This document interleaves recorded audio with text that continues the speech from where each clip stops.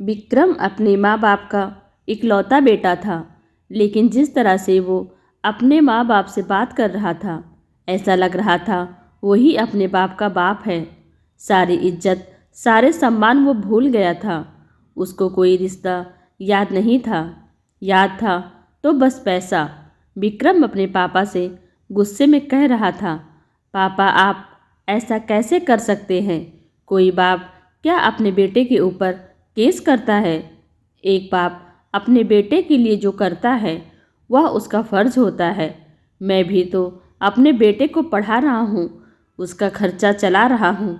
इसका मतलब क्या मैं अपने बेटे के ऊपर केस कर दूँगा? पापा आपने यह सही नहीं किया है। ये गांव समाज क्या कहेगा? सब मुझ पर और आप पर थू थू करेंगे। विक्रम अपने पापा पर चिल्लाए जा रहा था। उनको भला बुरा कह रहा था।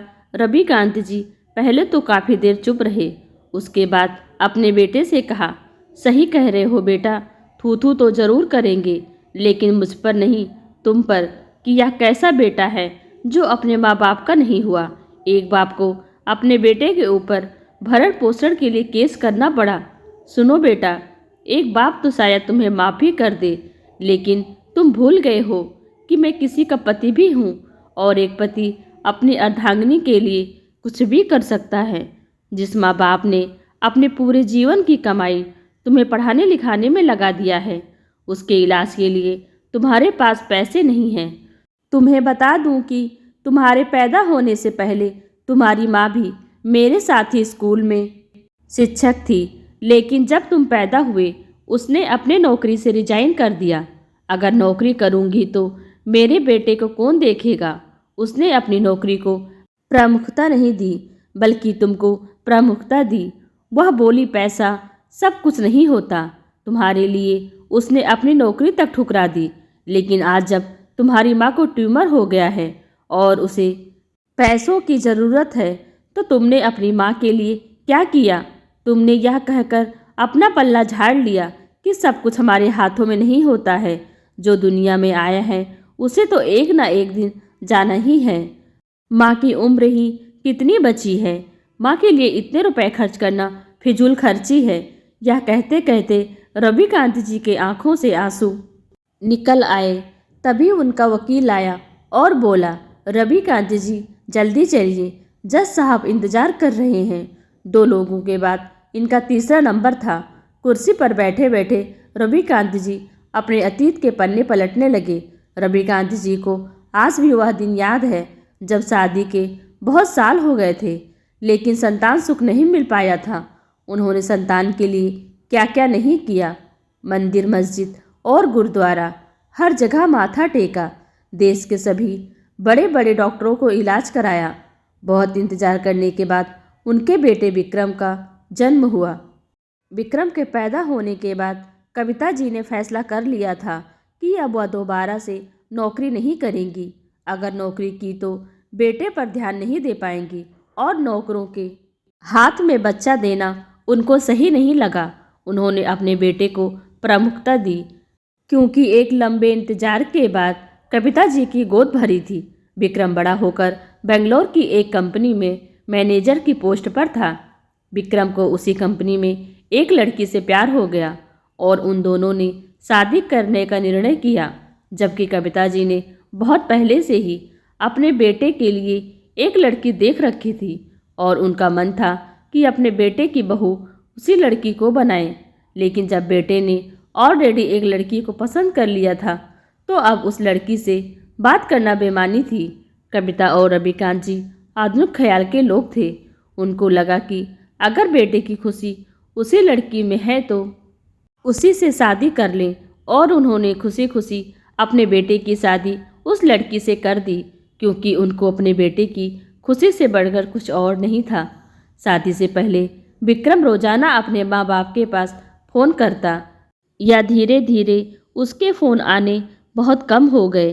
अब कभी हफ्ते 2 हफ्ते में फ़ोन आने लगे। अब धीरे धीरे ऐसा हुआ कि ज़्यादातर बार फ़ोन विक्रम के माँ बाप को ही करना पड़ता था कि बेटा बहू सही है या नहीं, क्योंकि बेटा तो खुद में बिजी था, लेकिन माँ बाप के लिए सब कुछ उनका बेटा ही था। रविकांत जी एक गवर्नमेंट स्कूल में थे। जब रिटायर हुए तो बेटे बहू ने आकर कहा, पापा जी हम लोग अपना फ्लैट खरीदना चाहते हैं, उसमें अगर आपकी मदद हो जाती तो। हमें बहुत कम ईएमआई देना पड़ेगा। रविकांत जी ने बिना सोचे समझे अपने बेटे को हाँ कर दी। उन्होंने बोला, हाँ बेटा, मेरे रिटायरमेंट के सारे पैसे ले जाओ, आखिर यह सब तुम्हारा ही तो है। उन्होंने सब कुछ अपने बेटे बहू के हाथ में रख दिया। उनको लगा उनके और उनकी पत्नी के लिए बेटा तो है ही, बैंक में पैसे रखने से अच्छा है बेटे के काम आ जाए। कुछ महीनों बाद से कविता जी बीमार रहने लगी। जब जांच कराया गया तो पता चला कि उनको ट्यूमर है और उन्हें किसी बड़े हॉस्पिटल में जाकर इलाज कराना होगा और वहाँ का खर्च अच्छा खासा आएगा। लेकिन अब रविकांत जी के पास इतने पैसे कहाँ से आए? जो भी रिटायरमेंट के पैसे थे उन्होंने तो बेटे को घर खरीदने के लिए दे दिया था, और जो पेंशन आती थी वो हर महीने खर्च में निकल जाता था, क्योंकि बेटा तो माँ बाप को महीनों का खर्च भी नहीं देता था। फिर हिम्मत कर उन्होंने बेटे से इसके लिए बात करी तो बेटे ने साफ इनकार कर दिया पैसे देने से। वह बोला, पापा जी हमारे पास पैसे कहाँ हैं?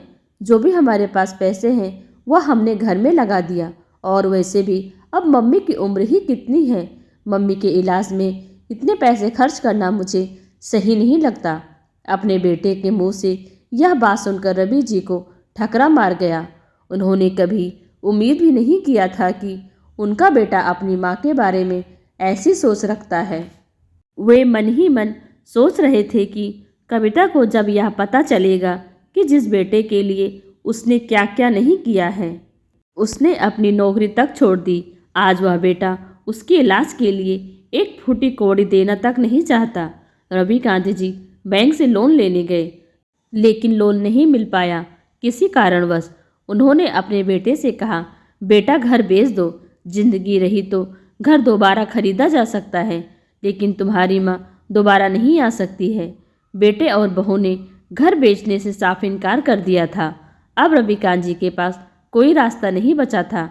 आखिर में उन्होंने कानूनी रास्ता अपनाया और अपने बेटे और बहू के खिलाफ केस दर्ज कराया कि उन्होंने अपने बेटे और बहू को रिटायरमेंट के सारे पैसे दिए हैं, वह पैसे उन्हें वापस चाहिए, वह भी ब्याज सहित।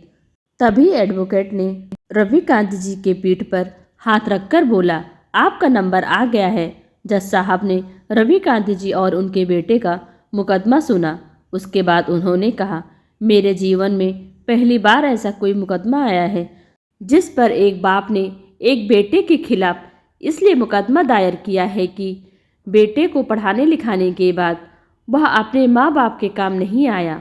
और बता दें कि आज का यह फैसला जजमेंटल होने वाला है, आगे आने वाली पीढ़ियों के लिए सीख बनेगी। जब बेटा छोटा होता है तो हम उसकी देखभाल करते हैं, उसकी हिफाजत करते हैं, जो भी हमारी हैसियत होती है उस अनुसार उसकी पालन पोषण करते हैं। इसलिए बेटों की भी यह जिम्मेदारी बनती है कि वह अपने माँ बाप का पालन पोषण करे। ऐसे बेटे को शर्म आनी चाहिए जो वक्त आने पर माँ बाप का साथ न दे। बेटे के नाम पर कलंक है। विक्रम सब सुनकर पानी पानी हो गया। जज साहब ने तो कुछ गलत कहा ही नहीं। फिर जज साहब ने फैसला सुनाया कि 1 महीने के अंदर विक्रम 20 लाख रुपए मूलधन के और 3 लाख ब्याज के, यानी कि 23 लाख रुपए अपने पिताजी को चुकाएगा। अगर वह 1 महीने के अंदर नहीं चुकाता है तो कोर्ट आदेश देती है कि वह घर नीलाम कर दिया जाए और उस पैसे से रविकांत जी की पत्नी का इलाज कराया जाए और बाकी का बचा पैसा उनके आगे के खर्च के लिए बैंक में जमा कर दिया जाएगा, ताकि कभी उनको कोई परेशानी ना हो। जज साहब के इस फैसले को सुनकर विक्रम चुपचाप देखता रह गया। विक्रम के वकील ने कहा, अगर आप चाहें तो हम हाई कोर्ट में अपील कर सकते हैं, लेकिन विक्रम ने साफ मना कर दिया। उसने कहा कि नहीं, एक बेटा कभी भी अपने बाप से जीत नहीं सकता। अगर वह जीत भी जाए तो वह जीत नहीं, हार ही कहलाएगा। मैं कल ही घर बेचकर मम्मी का इलाज कराऊंगा। कपिता जी का उस पैसे से इलाज हुआ और थोड़े दिनों में ठीक हो गई। उनको अपने बेटे पर गर्व महसूस हो रहा था कि उनका बेटा उनके इलाज के लिए अपना घर तक भेज दिया है। मेरा बेटा अपनी माँ से इतना प्यार करता। वो अपने बेटे को यही आशीर्वाद दे रही थी, भगवान सबको विक्रम जैसा ही बेटा दे। रविकांत जी वहीं खड़े मन ही मन सोच रहे थे कि अगर जिस दिन कविता को अपने बेटे की कुकृत्य का पता चलेगा, उस दिन कहेगी कि ऐसा बेटा किसी को ना दे। लेकिन मैं कविता को दोबारा से मारना नहीं चाहता हूँ। बड़ी मुश्किल से वह जिंदा होकर आई है। अब मुझ में उनको दोबारा खोने की हिम्मत नहीं है। विक्रम अपने पिता से नज़र नहीं मिला पा रहा था। उसे डर था कि कहीं पिता ने उसकी माँ को सारी बात बता न दे। विक्रम अपने पापा के पैरों में गिरकर बोल दिया था, पापा यह बात आप मम्मी को मत बताना, नहीं तो एक माँ का दिल एक बेटे के लिए हमेशा हमेशा के लिए टूट जाएगा। रविकांत जी ने कुछ कहा तो नहीं, लेकिन मौन रहकर यह भी जता दिया था कि जाओ बेटा, मैं कविता से कुछ भी नहीं कहूँगा। उसके बाद से विक्रम अपने माँ बाप को अपने साथ ही रखने लगा। अब वो सही ढंग से अपने माँ बाप की सेवा करने लगा। उसने जो गलती की थी उसका उसको बहुत पछतावा था, लेकिन रविकांत जी ने अब उसे दिल से माफ़ कर दिया था और अपने बेटे बहू की हर तरह से हेल्प करते थे। विक्रम हर दिन अपने पापा को थैंक्स कहता। रविकांत जी हंसकर उसको आशीर्वाद देते। माँ भी खुश थी कि उनकी बीमारी की वजह से बेटा इतना बदल गया कि उसको माँ बाप के महत्व का अंदाज़ा हो गया। दोस्तों, ये कहानी कैसी लगी हमें ज़रूर बताएं। वीडियो को लाइक कर चैनल को सब्सक्राइब करना बिल्कुल भी ना भूलें। Thanks for watching.